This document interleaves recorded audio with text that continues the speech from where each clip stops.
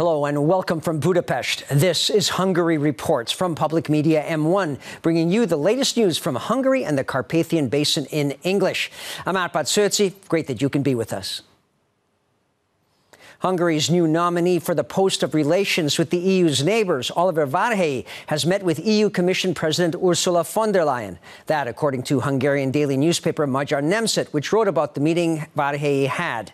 The paper said that any further decision will have to wait. The Commission has supposedly come to an agreement with both Romania and Hungary, whose first nominees were firmly rejected on Monday by mainly left-wing politicians at the European Parliament's Legal Affairs Committee. Shortly afterwards, Hungarian Prime Minister Viktor Orbán then named the head of Hungary's permanent representation in Brussels, Oliver Várhelyi, as Hungary's new candidate for commissioner in the EU. That allegedly after von der Leyen called the Hungarian PM to ask for another candidate. Montenegro and Serbia should join the EU before 2025. That's what Hungary's Foreign Affairs and Trade Minister said in Warsaw at an international security conference. Péter Szijjártó said that both Montenegro and Serbia are basically ready to join, which is in the EU's interest. He added that with the current stormy situations in the world's economies and politics, having a sped-up process to admit new members would be a success story for the EU.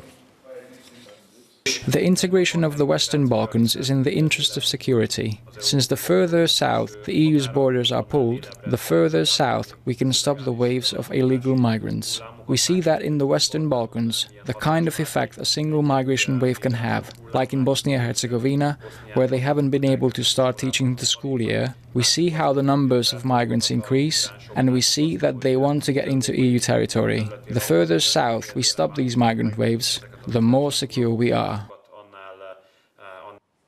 Courses for business-minded young people are being offered this fall across the country. The program is being offered by the Ministry of Finance to young business people and those under 30 still looking for employment. A good business plan could get you more than 13,000 euros in grant money. And if you're interested, there are still places available. Public lectures are being held for those interested in Kaposvár. Participants can master the basics of entrepreneurship within 2 weeks.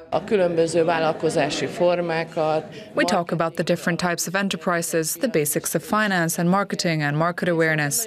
And I believe self-knowledge is indispensable for an entrepreneur, since an enterprise doesn't work without that, said Adrián Kunics. Students also get assistance in creating a business plan. They can receive up to 4.5 million forints for a well-thought-out, successful business strategy. I would like to start up a dance school, since I think that's what I'm best at. That's what I would like to use this financial support for, this participant said. The program was initiated by the Ministry of Finance with a total amount of 40 billion forints, or 120 million euros, partly funded by Hungary and partly by the EU. There is no one particular profession or professional group which is being favored. What matters is whether the idea that was created can pass the test, said Sándor Bodó. Entrepreneurship courses will be launched throughout different regions in the country during the fall, the State Secretary for Employment Policy and Corporate Relations said. The program was started in the first place for those students under 30 and those people above 30 looking for a job who would like to materialize their ideas for an enterprise but have not yet had the opportunity. Anyone who'd like to sign up is welcome and should visit the website ginop519.hu. According to plans, 9,000 people could launch their enterprises with the help of the program by 2022. A man has been handed down a preliminary sentence of 4.5 years in prison for attacking a world-renowned Hungarian ultramarathon runner in Budapest while she was training. Last October, the alleged assailant struck the woman several times and then tried to rape her. The woman's husband eventually came to her rescue. The court ruling is still not legally binding, since both the prosecution and the defense are appealing the decision. The accused is only being identified in public by his first name and first initial of his last name. István H. arrived at court straight from being under house arrest with a tracking device still on his feet. The man had previously pleaded guilty. He looked down as he listened to proceedings.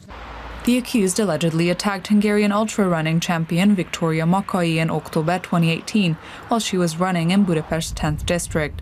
The man started following the athlete on Jászberény Street, then hit her a number of times and sexually abused her. The runner survived thanks to her husband, who meanwhile had started looking for her. And when he found them, the attacker escaped from the scene. The police identified and arrested him shortly afterwards. The athlete had suffered serious injuries. The court imposes a cumulative sentence of 4 years and 6 months of imprisonment and 5 years of exclusion from public affairs, the judge announced. István H. could be released from prison at the earliest after serving at least 2/3 of his sentence. We have to be aware that the accused might commit a similar act in the future. Taking into consideration his alcohol consumption and personality disorder, we found it necessary to further keep him under house arrest. The verdict is not yet legally binding since both parties have appealed, the prosecutor for a harsher sentence, the defender for a lighter one. The arrested remains under home arrest. He is not allowed to leave Budapest and has to report to police every 2 weeks. Hungary's healthcare institutions are being equipped with electric cars. The venture, worth almost €9 million, will enable hospitals and blood donor clinics to use environmentally friendly vehicles. Blood products are put into safe and sealed boxes at the National Blood Transfusion Service. Afterwards, they put them into cars and transfer them. The service used regular petrol and diesel cars until now. Soon, however, 15 electric vehicles will be at their disposal. Thanks to the new cars, they will be able to do their work more effectively, protecting the environment at the same time. I believe it's very important that the health sector contributes to the cleanliness of our environment. These cars basically do not pollute our surroundings, Sándor Nagy said. They start just by pushing a button, they run without any noise, and they don't emit harmful substances. The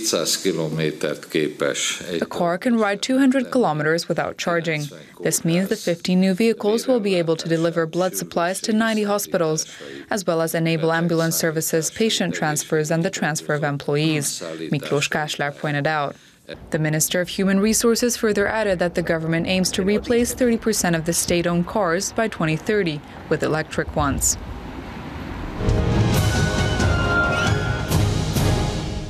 Friday, October 4th, is World Animal Day, where events are organized around the world to raise awareness about the importance of animals and their welfare.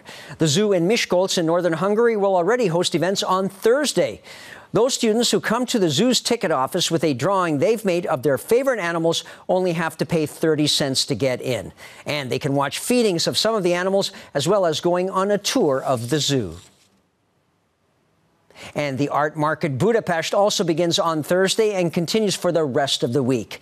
It's Central and Eastern Europe's biggest contemporary international art fair. This year, the honorary guest country is Russia, with many works on display from there. So are the works from 40 other countries from 5 continents. You can check out all of the 500 artworks on display at the Millenáris Park in Budapest. And each and every one is for sale, too.